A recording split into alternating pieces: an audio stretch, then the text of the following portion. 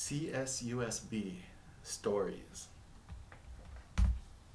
Driving to Cal State San Bernardino took Shaz Barrick half an hour on Highway 215. The school was set against a backdrop of hills, the northernmost edge of San Bernardino. He drove a Mercedes-Benz and liked to tell his classmates this, although he did not mention that it was a 1970s diesel model. His mother thought that it was practical and safe, but Shaz viewed it as evidence he would not be hitting his stride anytime soon. For a while. San Bernardino was nowhere near saintly. The city was at best petulant, at worst intimidating to its own natives. Newcomers desensitized quickly to the homicides that were splayed almost daily across the papers. The area surrounding the school was typically college, coffee shops, fast food, mega stores, and overpriced apartment complexes. San Bernardino, or Cal State San Bernardino. Why not just call it a drive-through degree or McEducation, Shaz's mother said the week before. A few faculty vehicles peppered the parking lot. A diminutive man in a skateboarding sweater stood outside the English department's automatic doors, swigging from a leather flask. English professors always seemed to be drinking, searching for purpose or escape from ambition. Shaz made brief, respectful eye contact, and then went in, registered, and took a seat across from a woman holding what looked like an analysis paper in her hands. He considered running back to his car for a book, but remembered how fickle office hours could be, so he stayed put. The woman hugged her papers to her chest, rocking back and forth like a metronome. The short man in a skateboarding sweater appeared beside her. He said, "Okay, I've got 5 minutes." "I'm just confused as to," she trailed off as she followed him into his office. The professor pinched the bridge of his nose as he settled behind his desk. "Plenty of people in that boat," Shaz heard him say. Shaz thought of his book and glanced through the window at his car. The Mercedes stood apart from the other cars in the lot. He would never get laid with that car. Before the Mercedes, he had owned a Datsun 280Z, which he had named Selena, after his first girlfriend. She was beautiful, supple curves on a low top frame. That was in high school. Selena had been 2 years younger than Shaz. When first Stanford and then Berkeley turned down his application for admittance, Selena flat refused to believe it. He had rationalized that he could take a year off, perhaps pad his resume and extracurricular. But when he got a letter from Cal State San Bernardino, he saw an opening and tried to be reasonable. San Bernardino is a great place to get an education, he told Selena. That was more than 2 years ago, with Selena now on the East Coast. It seemed like more than a lifetime ago. Not a poverty-stunted San Bernardino lifetime, but a long, healthy Orange County lifetime ago. Sue Dent wished she had gone instead to the Writing Center. But because Professor Standing was known to great esoterically, to put it lightly, and because law school, Harvard no less, demanded her falling into a 3.8 to 4.0 range, she sought clarification on her paper. She had not known that Mr. Standing kept such erratic office hours, or that he was even less coherent one-on-one, or how on earth she was going to condense 15 pages of, did he just say plebeian doggerel, into an A paper? And is that whiskey on his breath, she thought, nodding her head in agreement as he rambled. OU Standing had enough of this inflated student. As he reiterated his grading schematics, he mentally pondered what real grade he would eventually give her. She was far too impetuous for an A in his class. Indeed, he held himself to a strict grading metric that he was loath to break. A student's grade is inversely related to the appearance around his office, a rule needed for discipline, if not sanity. She was talking now. He watched a hawk circle outside his window. Standing's mind flashed to his childhood, his father reciting the charge of the Light Brigade as he paced their lawn in his shorts. God, he wanted a drink. His eyes spied, through the cracked door, a young man sitting outside his office. Another English major, he thought. But the student did not seem eccentric enough. Probably going for teaching creds with some inane question or another. Through the slit in the door, Shaz caught Professor OU Standing's eye. He felt opened, as if those eyes could explicate his soul. Sue Dent came out, if possible more flustered and nervous than before, and it appeared as though her papers had multiplied. "Proceed," emanated forth from the office of Mr. Standing, and Shaz obliged. Shaz wondered how intelligence such as OU Standing could survive the banality of CSUSB? What of the dearth of funding, drought of genius in the student body? Shaz had done his research. He knew that Professor Standing was writing a sizable swell of popular acclaim regarding his latest collection of short stories. But beaching himself at CSUSB while his literary career crested seemed, well, almost negligent. Shaz began, "I've come to talk to you regarding the Creative Writers Club on campus." "Great," the interjection sounded reflexive. Standing had expected this to be a quick in and out. He said, "The creative writing group of young professionals is a fine program. You'll find it an invaluable experience." They were interrupted by a freshman's head, somewhat misshaped, protruding through the cracked door. "You need an appointment, Kit," Standing said. Kit's cheeks flushed as he scurried down the hall. The professor leaned over his desk. "Kit the illiterate. He has more problems than I can help him with. All he does is point at texts and scream, 'I don't know what this is.'" "You mean this university admits functional illiterates?" "Oh, my lord, no, my boy. Not illiterate. Diversity." He might have been lying, but Shaz was in no position to probe, especially in the layer of Standing. He had heard secondhand the scathing vitriol the professor was capable of. The last thing that Shaz wanted was to alienate the sparse talent on campus. "Are you taking a creative writing workshop 318-418? Professor Standing asked. Earlier that quarter, Shaz had settled into a writing workshop, but he had failed in producing anything for his first submission. He dropped the class after just 2 weeks. How many times had Shaz envisioned the perfect story, the most cunning plot device? Now he realized he'd no works to his credit, no finished pieces. "I plan to take 318. I really have a lot going on, a lot of side works that have a life of their own. You know how it is." Shaz flashed a small grin. The professor let his hand fall on the rectangular carving that adorned his desk. The letters spelled OU Standing in dark wood. Shaz felt a weight pressing upon him. He started a lie regarding a fictitious work of fiction in progress, but was cut short. "How much longer will you be attending CSUSB, son?" Standing asked. "Oh, at least for another 2 years," Shaz answered quickly. Then, invigorated, he felt his opportunity to pounce. The time was now. He had his opening. "You seem like a very busy man. If I could spearhead the writing club, take some of the organizational responsibility?" "Perhaps," was the terse reply.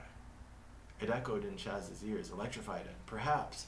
How simple, he thought, to assume a position of power in these feeble institutions. Why, the world was truly your oyster if you asserted your God-given genius. Shaz's mind spun rapidly, his imagination keeping pace with his newly inflated confidence. Kit shoved his unique head into the doorway. "I don't know what this is," he screamed, clutching John Steinbeck in his paws. Leaving the school, Shaz felt brilliant. Speaking to an inspiring faculty member always re-energized his ambition. He promised himself that he would have a completed work to discuss with Professor Standing the next time he dropped by his office hours. Palms leaned in the wind like drunken sentries on either side of the road as Shaz bounded home on Highway 215. Although he disdained popular music, Shaz found himself singing along with the radio. Clouds rolled overhead, the beginnings of damp weather. He saw the slowing headlights before catching sight of the first flashing sign. Slow. Fog on pass. His car sped past the sign, as if in a cocoon of misty white. Shaz noticed the vibrations first, a jarring rhythm from the car's left side, accompanied by a familiar thugka thugka. "You're gonna do this to me now, you diesel piece of junk," he thought as he pulled over far on the shoulder. There, in that snow globe of mist, Shaz watched a few cars slowly pass. He got out and surveyed the damage. Blown. The front left, completely shredded. He checked the trunk to confirm his suspicions. Full spare, no jack. The leather flask appeared empty, but Professor OU Standing was not a man to be discouraged by appearances. He tilted his head back, catching the last few drops on his tongue, the slow sign just beyond the corner of his eye. His car was enveloped in fog immediately. He swerved, hitting something to his immediate right, and slammed on his brakes. Standing was breathing heavily, the road ahead now only partially illuminated. His right headlight had been smashed.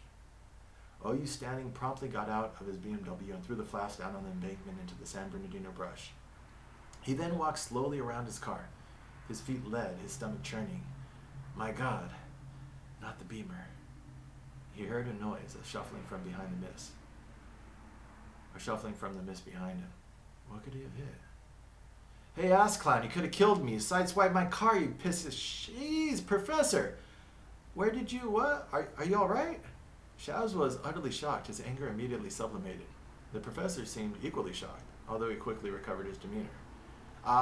Yes, it appears we have an incident, Standing began. Well, let's look at the respective damages then. I'm sure we can come to equitable terms of mitigation, perhaps recompense if need be, litigation of course being the last resort.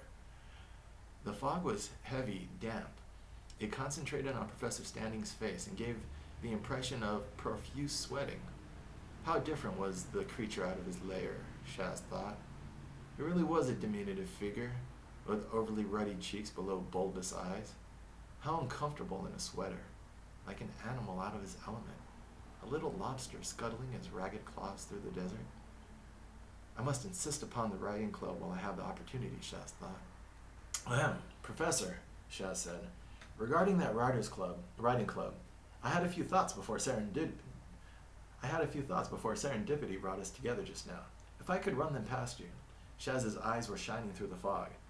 Standing took a step back. He felt that he was not drunk enough for this, a conversation with this man under these circumstances.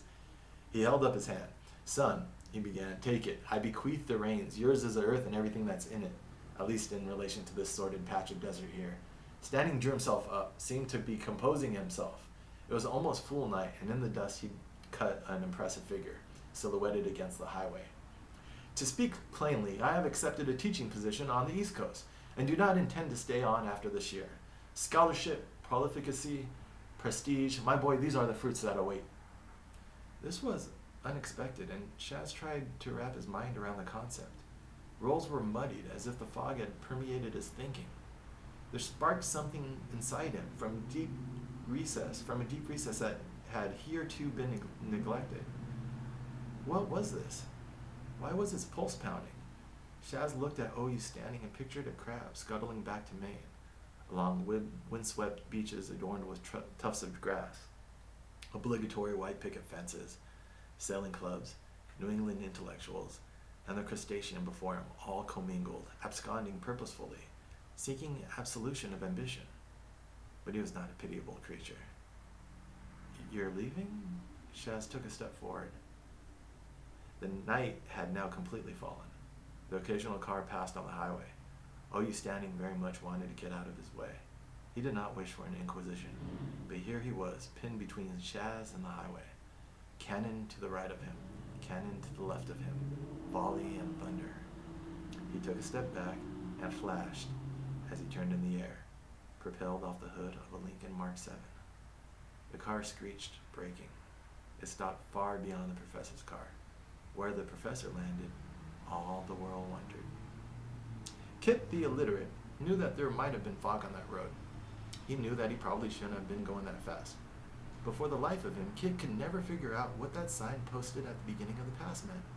He did find Shaz broken down on the side of the road, though, and in the history of riding clubs, no one ever accepted an invitation with more effusive joy. So this makes me happy. I like this. This is the first story I wrote, CSUSB Stories. I didn't really write it. I did write it technically, but I had help. A lot of this is autobiographical. I'm going to have to go through and point out the details, but first of all, just about the structure. That professor was based off of, what's his name? I forget his name. He wrote Corpus Christi. Brett Anthony Johnson wrote a group of stories called Corpus Christi, which had a lot of acclaim. And then he came to CSUSB, Cal State University San Bernardino, to be a teacher. I said before, after HFC, after Santa Cruz, I went back home after a couple months and tried to go back to school, this time instead of community college. I thought, sell myself short, let me actually go to the Cal State. I had collected 2 years of college credits just from AP classes in high school, and then apparently I could apply what little Korean I did pass in Defense Language Institute, which is an accredited school. to my degree. So with the Defense Language Institute, like half a year, plus with my AP classes, I had over 2 years of college. So I was like, all right, I can stick in this for 2 years and get a degree. I was going to do business, and then I decided, you know what, let me do the writing. Let me actually like do the damn thing. So I did creative writing and then poetry. And in my writing and studies, I started to really gravitate towards poetry. Started reading Pablo Neruda, some of the classics. I had a, what's his name? I had a poetry teacher. I'd have to think of his name. One of the guys, he read so well. When he would read poetry, I stopped him after class once. I was like, how do you read so well? And he gave me the best advice anyone's ever given me. He was a published poet. He said, read as if the words matter. Every one of these words was put there for a reason. So when you're reading, just slow down and read with intention. You're writing it as you read. If you're reading as if you wrote it, then you'll convey the meaning. I'm not saying I do that yet, but that's how I think that he was dead on. I think that's how you read well, is you read as if you wrote it. And each one of the words has a meaning, especially when you do poetry.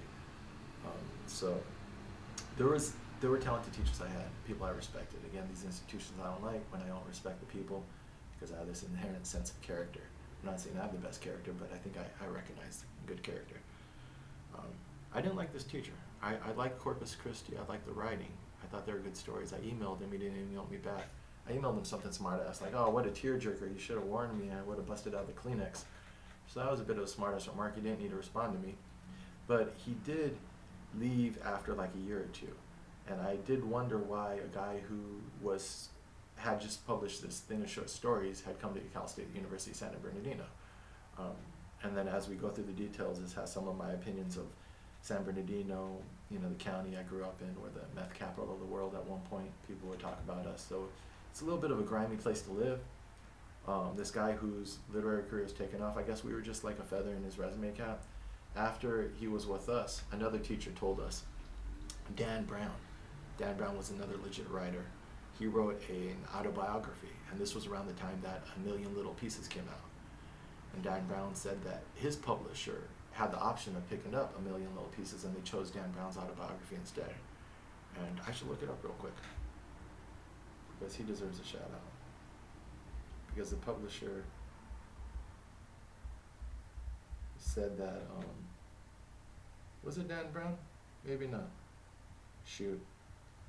I'm glad I looked that up. He did the Da Vinci. You know what? I'm going to have to look this guy up. That's how, see, memories are faulty. But this writer, I liked him for a lot of reasons. He was a teacher of ours. Those teachers who don't teach just by the book, but like actually you can tell, like they just stand in front of class and talk. That's how I'm trying to talk right now. It's like I could become a better person on camera. I could become a better writer, a better human being, better at everything. But as I develop, this Alan Watts idea is like the seed is a perfect seed, or the acorn's a perfect acorn, the sapling's a perfect sapling, the oak tree's a perfect oak tree. Each one is not the other, each one is perfect in its development as it approaches the other. It could not be otherwise. That's a paraphrase, but the acorn is not insufficient oak tree. It's a perfect acorn. And then as it grows and it changes, but in each moment it's perfection as you change. You can't, otherwise, how else are you going to look at life? You're going to look at that kid and you want the kid to feel like they're insufficient until they become a man. You have to be able to, it's an idea of living in the moment. Each moment is perfect in its own time. Then each moment also blends into the next perfect moment. And it doesn't really make much sense, but it's intuitive wisdom. It's not logical. Life isn't logical. For some reason, time works linearly. But that's just one perspective. There's a lot of, the framework we look at life that we all agree on is a shared reality. Is just that, a shared framework of reality, but it's not the one framework. There's other frameworks. And as you get into quantum physics, as you get into our cultural narratives, you have to recognize that there are options out there, other ways of looking at things, or else how can we correct ourselves? If we married ourselves to one framework and said that's the only framework of looking at anything, or if you said that I will only be happy when I achieve this one moment in my life, then every moment but that moment is suffering. And so no, you have to be happy with the moment, even if you're not where you want to be, because tomorrow's not promised today, right? Why was I saying that? Sincerity. Trying to be sincere even though I understand that I have a lot of growth left. And this teacher was sincere. That's why I liked him. And also he was a wrestler. And so I've loved people who are intellectual but also were physically capable. It's something about character. It's one of the reasons why I when I approached Zen Buddhism, I liked it so much, because it was the foundation of Kung Fu and martial arts. These people trained their bodies so hard because they wanted to be able to do what I'm doing right now. When I do these videos, we're doing 5 hours at a time. It's taxing on your body. To sit and meditate for 5 hours, 10 hours at a time is taxing on your body. And so all of that martial arts, all that physical stuff was really to allow you longer periods of sitting to meditate. And we're even finding out now with modern science that sitting, causes a lot of deficiencies in your body. So it's actually it's a form of physical endurance to be able to sit and meditate. But that also, if you want to dig into the deeper parts of consciousness, it takes long-term concentration over long periods of time. And I think all spiritual paths have acknowledged that. Slow down and to really understand what's going on in your head. So this guy was physically capable. He was a good artist. He said that he was proud that his publisher picked up his book over the Million Little Pieces book. He was friends with the guy who wrote The Things They Carried. I could look that one up. The Things They Carried. And that's pretty much how I've determined character in my life too. It's like, it's not just one thing tells me someone has good character. It's multiple things. His physical capability, the fact that he taught or helped out at some high school wrestling team. He wasn't just a pop author, but like he was an established author. He was an ex-drug addict or ex-alcoholic or something. And so his book was very much like the Million Little Pieces. But Million Little Pieces guy, I'm pretty sure that guy got torn into by Oprah because he lied in his book. He was just like, he dramatized a lot of stuff, or he basically lied. It wasn't even dramatized. When you talk about your life, I'm trying to be as sincere as possible. It's like you can create the narrative by cutting and pasting a lot of half-truths or flat-out lies, but we're trying to stick as close as we can to the truth. We're going to create this narrative by fitting what actually happened into the narrative to find the overall arc, but we don't have to make anything up. And because it all makes sense if you draw the camera out far enough, there should be a pattern here. So this guy, he was part of his character was he was friends with Tim O'Brien, and The Things They Carried is an amazing book about Vietnam War. And that's one of the standards when you read a book and you're like, I just want to be able to write at least as good as this. That's a book like that. I borrowed a line or two from this book. So these are the guys I liked. The Brett Anthony Johnson I didn't like so much, just for some reason, little character things I didn't like. So I had these writing projects. I was never really finishing my writing projects in college.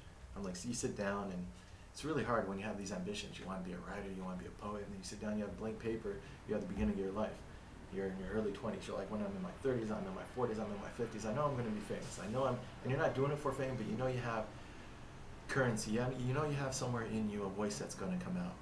But when it's just starting to come out, it's like when you can see a splinter underneath your finger, and you can see the shadow of the splinter. It's like it's going to take a little bit of digging to get that guy out.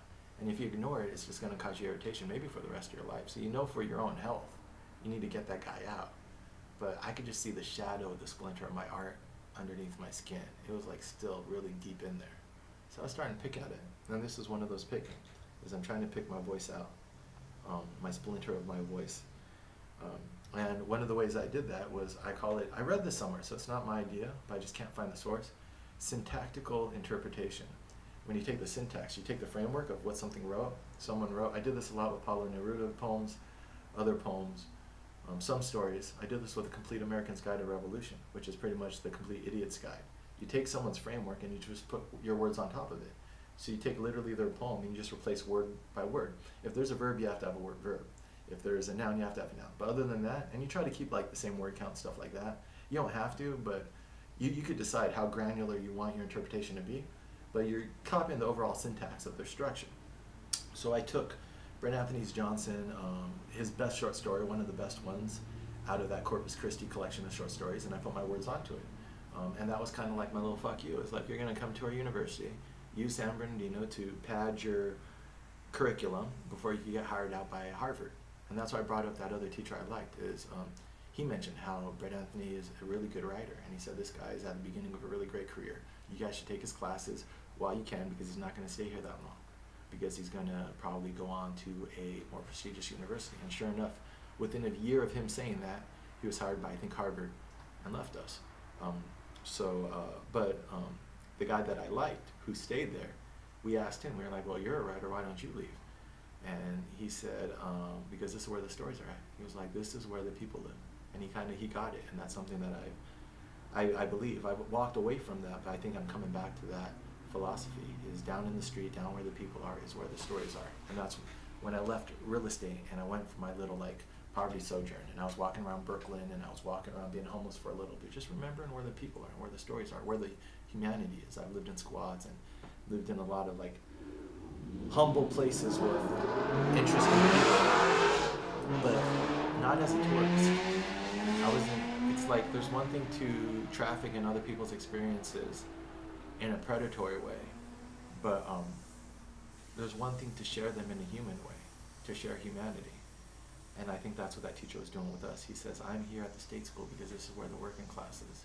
You guys don't have the money to go to expensive schools. You guys state schools are expensive compared to how they were before. My dad went to Cal State San Diego, and he could pay the tuition off of a part-time job flipping burgers at Carl's Jr.'s. So you could pay state tuition a generation ago off of a part-time job. Can't really do that anymore. I have 12,000 student loan, probably up to 20 now.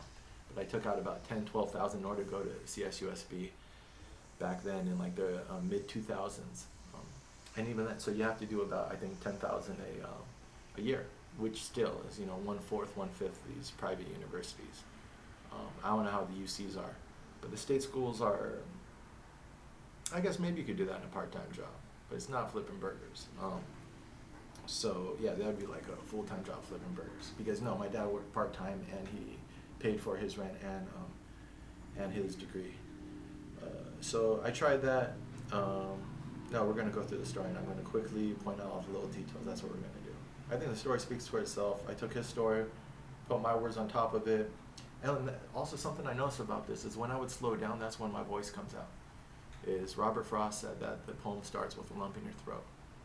The emotions being compacted, thoughts.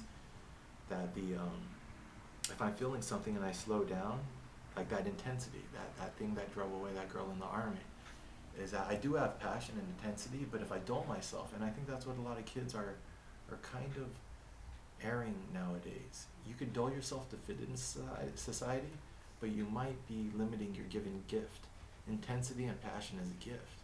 You just have to learn how to use it.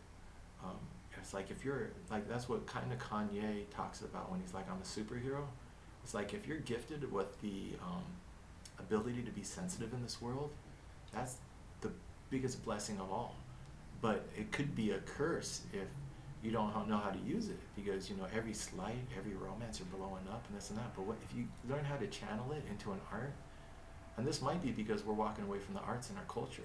People are like, you have to learn more hard sciences, you have to be more pragmatic. But those aren't the artists who are saying that. But what about us artists who are really sensitive, who don't find traction in the dominant culture or the given narratives, who recognize that, a lot of our history is bullshit, a lot of our institutions are bullshit, a lot of our society is dulling down.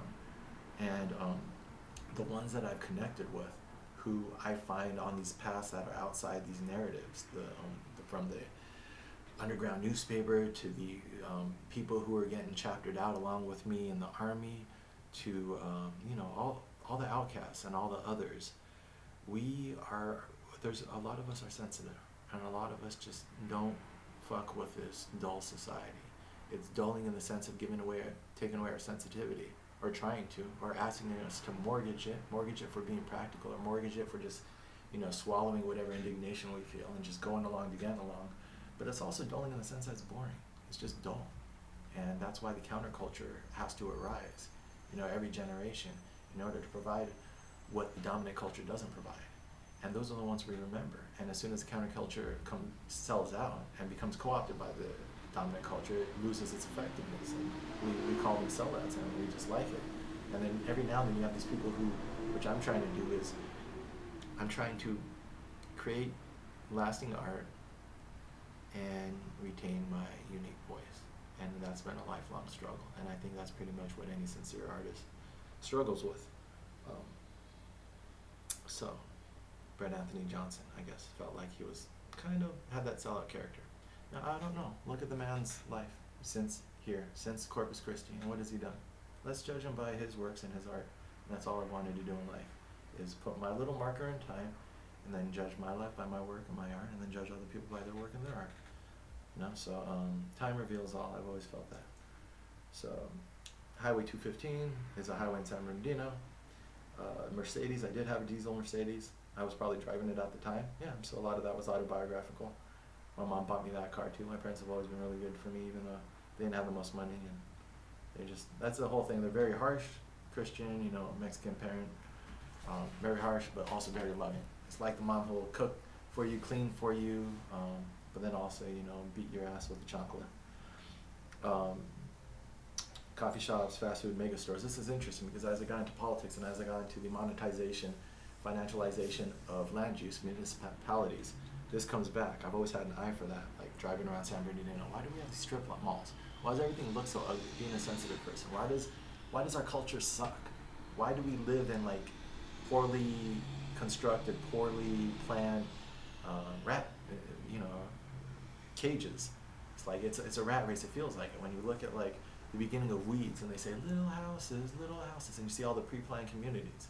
It's like it's not inspiring at all. It doesn't make us. It feels like as a human society, we could be organizing ourselves with a little bit more sense of aesthetics, which also like can incorporate efficiency. So it's like the lowest common denominator. It's like we have whoever is planning this stuff out might not be the best people. Maybe we have better and brighter and creative people to put in those positions. But then you have to go into the feedback loops and the inputs. How are municipalities created and laid out and planned out? I learned a lot about that in real estate. How cities are planned out. How does this stuff go from inception to actual creation? And it's interesting. So I had a sensitivity to that. Mega stores, overpriced apartment complexes. Drive-through degree, McEducation, that's a play on like his story. He had some words like that. The diminutive man in a skateboarding sweater. Skateboarding was cool in my hometown. I had a skateboarding sweater, so I just tried it. Also, he was a skateboarder. On his auto bio, it said like he was a skateboarder, and I was like, I kind of just like guessing his psychology. I was like, all right, you thought we had skateboarding culture. When we talk about the Inland Empire, we're like, you're an hour to the beach, an hour to the mountains, and blah, blah, blah. There's skateboarding. Blah. When you come here, it's like, there's that, but there's some real shit. There's like shootings. San Bernardino's not the safest place. There's a lot of drugs. If you love people and you love realness of life, that's what it has for you. And if you love history and if you love spirituality, the desert's one of the most spiritual places you can be. From here to like Arizona, like there's a reason why like the Native Americans around here have a strong shamanic tradition. But if you're not into that type of stuff, and if you come for like the glitz and the glamour, there's good marketing, but when you get here, it's not like the marketing. So that's why I made him an alcoholic. Escape from ambition, searching for purpose. I think that's low projection. I love the characters in here. Sue Dent was that like person who hunts for the A, bugs teachers because she has to get an A for like the validation and self-esteem. Kit the Illiterate is hilarious. That was my recognition of this whole diversity idea of like, I mean, it's not the best way to frame it, but like the whole like, let's just attract the most diverse, not the most talented student body. And then the teacher covering his ass when I mentioned that. Selena is that girl I first hooked up with, so I put her in there. She's that girl from my past, my 7th grade romance. That 280Z, I had that 280Z, beautiful car. Sold it in the. This video is getting too long already, but I was driving on a military base, Monterey, in the opposing lane, and my friend has a 510 Datsun. I have the 280Z. Both of them are Datsuns, which became Nissan later on. And I'm in the opposing lane, and he's in the normal lane as we speed up the military base. Just stupid stuff you do before your prefrontal cortex was developed, or whatever. It's like, I don't want to shy away from the idiocy that I've done in life because I want to alienate other people who are also idiots. Because maybe someone's 20, 22 doing stupid stuff too, and it's like, that doesn't define you. That's not who you have to be. But let's acknowledge it for what it is. And if you want to still be stupid, be stupid. I still do stupid stuff. You just try to edit it out of your life. You only have a friend of mine, he's in his early 20s. That's why I love talking to young men, because you pass down that generational wisdom. You want to keep the links in the chain. Society dissolves and we unravel when we don't do that. So he just got into a motorcycle accident in Manhattan. Sent me pictures like, oh bro, road rash, all scraped up, kid from Orange County. He's a really cool dude. I really like his spirit. But I'm like, man, you only get so many of those, so, you know, and I tell them the story about my car crash. And I'm like, you only get so many of those, so like, that's 1 year, 9 lives, whatever. Chalk it up, just try to be a little bit more responsible. Just speeding through Central Park and wiped out, went right into a brick wall, walked away from it, but he could have not, could have broken his neck, you know. So me, I'm speeding around military base, in opposing lane traffic, in the rain, spin out, I go into the mountain, but if I had spun out on the other turn, I would have gone off the cliff. So luckily I spun out on a turn that threw me into the mountain. All I did was spin out the 280Z and it hit a tree stump. And so again, like when you spin out, if you're in a car crash or something like that, and I would like fishtail my car, and it's a rear wheel drive, really well balanced cars. They used to call them poor man's Porsches because they handled so well. You could get them for $3,500 back in the 70s, and it drove like a Porsche, with a lot of power too. And so I would throw the back out and slide around turns, and just I could do some stuff with it. But when you're spinning out, and if you're not used to that situation, I didn't realize my foot was still on the gas until we weren't moving anymore, and I bumped up on a tree stump, and the car's just still revving, but luckily the car's like up on a tree stump, and so I'm just spinning out the back tires in the mud, and then I take my foot off the gas. I'm like, whoa. And I mean, I've been in that situation later on. Highway 17, I spun out once in the rain, and you take your foot off the gas, you turn into the spin, and you try to regain traction. But definitely whatever you do when you lose traction in vehicles, you don't press your foot on the gas. That's how you slip it. You want to take your foot off the gas and slowly steer into it and regain traction. So just stupid stuff. But I had that car. This is going to be a long video. Going through it, let's see, grading schematics. This is just funny characterization. Proceed, I'm in there. He was a sizable swell of popular acclaim regarding his latest collection of short stories. Beached himself at CSUSB. Yep, this is all just me criticizing this dude's life. I'm projecting. Never written anything. And I'm just trying to take my shot at this guy. Being a little salty. That's when people like trolls on the internet. It's like, this is human nature. This is what you're going to change human nature. Those who don't have, take shots at those who do. It's okay. No offense made by you. I don't get mad when people take shots at me. If you understand what it is, just kind of smile, and if you like the person or you like the character, you like it. That's like when I said, like, growing up, it's like bullying and stuff like that. Well, you're going to stop kids from establishing ranking and hierarchy. That's just what animals do, what boys do. I can't speak on womanhood, but I know just growing up with a bunch of boys is what we did. So like the same thing intellectually. You know, you just, this is what it is. I'm taking my shot at this professor. I think I could write as good as, you know. Are you taking the creative writing workshops? These are real classes, 318, 418, real classes I was taking. I like that, what did I say? How many times had I envisioned the perfect story, most cunning plot devices allow me writing my own strife of writing into the writing process, which is what a lot of clever writers do, is write themselves into the works. The letter spelled though he's standing in dark wood, I really had one of those wooden things on my desk, not with my name, but I just envisioned it. Let's see, something about the fictitious work of fiction I thought was creative. He started a lie regarding a fictitious work of fiction in progress, but what was cut short. When I talked to other writers at school, we were always talking about projects that we were working on, and we always exaggerated how much we had done and stuff, and I just thought that was interesting. It's like, we can't create fiction. The best stories we tell aren't our works of fiction, but the lies about the works of fiction that we're working on. It's like, use that creativity to actually, like, we're creative people, like, just write, just do it. Whatever your art is, just do it. But again, I think a lot of it is judgment. You're not trying to be perfect. You're just trying to be prolific. The perfection will come with time. But just write, just get it out there. And this was my first getting it out there, so I'm really proud of this little guy. And then I felt brilliant, blah, blah, blah. I'm driving. There's really a pass over there on the 215. There's really signs that say slow, fog on pass. It really does get really foggy in the desert. When I got my motorcycle license, one of the instructors, I took the safety test, or the safety class, which you pay a couple $100, but they teach you some cool driving skills. Told me that he drove through a coyote, or maybe it was a deer. No, probably a coyote.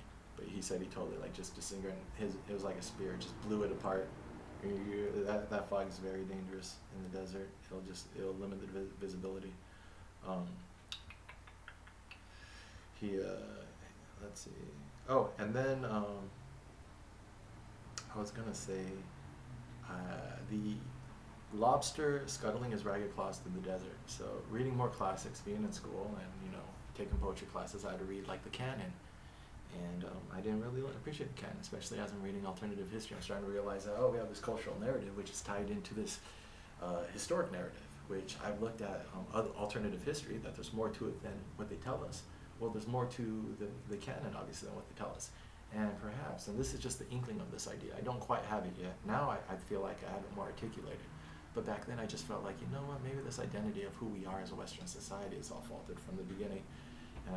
And also my character ideas. Like T.S. Eliot's cool.